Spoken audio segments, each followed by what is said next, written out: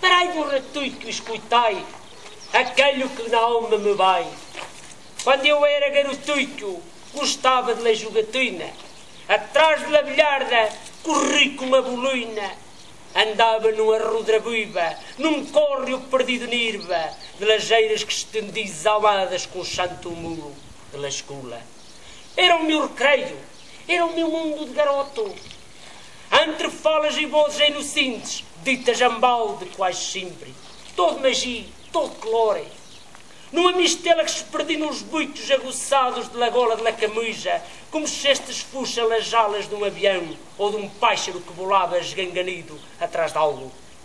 Pelos vistos, um cacho de Paulo, aquele tenina nomeada de bilharda. Era o meu recreio, era o meu mundo de garoto, pequeno momento que me fazia medrar agarrada à raiz, sem me apartar de la tirra que as alparagatas carimbavam como quem escreve um livro de versos. Ao Deus dará. Parecia eterno, mas não era.